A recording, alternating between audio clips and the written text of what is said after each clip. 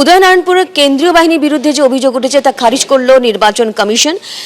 নির্বাচন commission video প্রকাশ করে জানালো ওখানে কি ঘটেছিল। কি জানাচ্ছে কমিশন একবার বলছি। একটি শোকের ঘটনাকে বিকৃত করা হয়েছে। কমিশন জানিয়েছে হাওড়া পেন্ড্র এলাকায় 22 বছর বয়সী পূর্ণেন্দু দোলই 29 এপ্রিল উদয়নারায়ণপুর বুথে 245 নম্বর বুথ তার ছেলের সঙ্গে ভোট দিতে যান। শারীরিকভাবে তিনি দুর্বল ছিলেন। তিনি নিজের গণতান্ত্রিক অধিকার প্রয়োগ করেছেন। তার ছেলে তাকে সাহায্য করার জন্য বুথের ভেতরে ইভিএম পর্যন্ত যেতে পেরেছিলেন। কমিশন কি জানাচ্ছে আরও, ভোট দেওয়ার পর শ্রী দোলই হঠাৎ ভোট কক্ষের কাছে এসে অসুস্থ হয়ে পড়েন। বয়সজনিত কারণে, সম্ভবত তাপজনিত অসুস্থতা এমনটাও বলা হচ্ছে। তাকে দ্রুত আমতা হাসপাতালে নিয়ে যাওয়া হয়। সেখানে পৌঁছানোর আগেই তাকে মৃত বলে ঘোষণা করা হয়। এবং নির্বাচন কমিশন এটাও বলছে যে নির্বাচন কমিশনের জেনারেল অবজারভার স্পষ্টভাবে জানিয়েছেন তিনি ভোট দেওয়ার পরই অসুস্থ হয়ে পড়েন এবং সেই সময় তার ছেলে তার সঙ্গে ছিলেন। কেন্দ্রীয় বাহিনীর কোনো ধাক্কা বা দুর্ব্যবহারের ঘটনা ঘটেনি। ভোট দিতে গেছে মুসলিম ছিলে যে দিয়েছে মেশিনি পড়ে গেছে।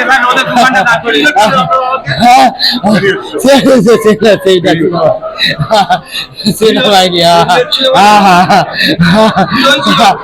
ভিড় ছিল না, ফাঁকা ছিল, পূর্ণচন্দ্র দলুই বাবার ওই 80-81 এরকম বয়স আছে। সুস্থ মানুষই গিয়েছিলেন, ঠিক আছে, ও যেটা বললো সেই জিনিসটাই হয়েছে। তো আর কি বলবো স্যার, কিছু বলার নেই। আমার যা হারানো আমি হারিয়ে ফেলেছি, জানি না। কারণ আমার শ্বশুরের বিন্দুমাত্র একটা কোনো প্রবলেম ছিল না শরীরে, মানে কোনো কিছু। উনি এমনও মানুষ ছিলেন যে উনি খালি চোখে দূরের লেখা দেখতে পেতেন। তাহলে সেই মানুষটার কি হতে পারে? এটার জন্য কি কোনটার জন্য দেখুন, সব থেকে বড় কথা হচ্ছে হয়েছে তো যে জিনিসটা সেটা খুব খারাপ জিনিসই হয়েছে, ঠিক আছে, সেটা যার জন্যই হোক, কিন্তু যে জিনিসটা হচ্ছে সেটা তো ঠিক হয়নি, তাই না? জানি না গো, আমি ভোট দিতে গেছি, আমার ছেলেকে ফোন করেছিল, বলছে মা দাদু শরীর খারাপ, আমতারা হসপিটালে ভর্তি করেছে। আর বলে আমার স্বামীকে বলতি, আমি বলে চলো চলো, বলে আমি ভোটটা দিয়ে সবে নাই নিয়েছি, আমাদের মল্লিকপুরে বাড়ি। বলছে এরম ভাব খবর এসে চলো এক্ষুনি যেতে হবে। আমি তো চলো, এখানে এসে শুনছি বলছে ভোট দিতে যে এরম হয়েছে। আর আমতার হসপিটাল ভর্তি ছিল, সেখানেও আমি দেখেছি, তখন মারা গেছে। কোনো অভিযোগ এসছে আমাকে দিদি রিটার্ন, আমি যে ডিও থেকে রিপোর্ট পেয়েছিলাম, আমার কাছে রেকর্ড আছে। ডিও বললেন উনি ভোট দিয়ে বেরিয়ে গেছিলেন, তারপরে একটা হার্ট অ্যাটাক কী ছিল ওটা হলো। দেওয়ার নো কমপ্লেন্ট, কিছু হয়েছে নি হয়েছে, ধাক্কা ধাক্কি কী দিয়েছে নি দিয়েছে, কেউ তো দেখেনি ওখানে। যে দেখেছে তো কমপ্লেন করুন না। এটা যদি কোনো ধাক্কা ধাক্কি দিয়েছে ওনার ফ্যামিলি মেম্বার কমপ্লেন করবে, ওনার সঙ্গে যে ফ্যামিলি মেম্বার আছে ও কমপ্লেন করবে। somebody has to complain না, কোনো কাউন্টিং এজেন্ট করবে, কাউন্টিং পার্সন করবে, somebody has to complain না।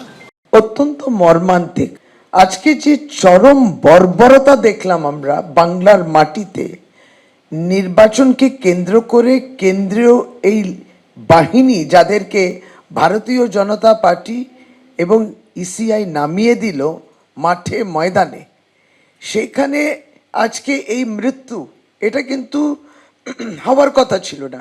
81 বছরের বৃদ্ধ, সে গেছে ভোট দিতে, তার গণতান্ত্রিক অধিকার সেটা প্রয়োগ করতে। রীতিমতো তিনি ভোট দিতে যাচ্ছেন, সেইখানে মার খেয়ে তারপরে মৃত্যু।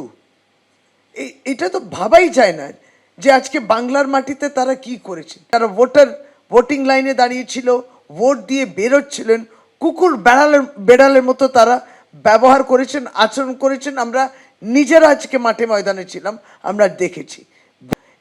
এইটা এত অমানবিক একটা সেনা হতে পারে, একটা অমানবিক সেন্ট্রাল ফোর্স হতে পারে? নিশ্চয় তাদেরকে সেই ক্ষমতা দিয়েছে।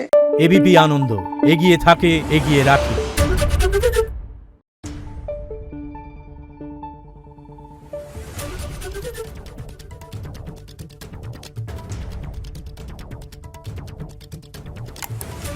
Thank you.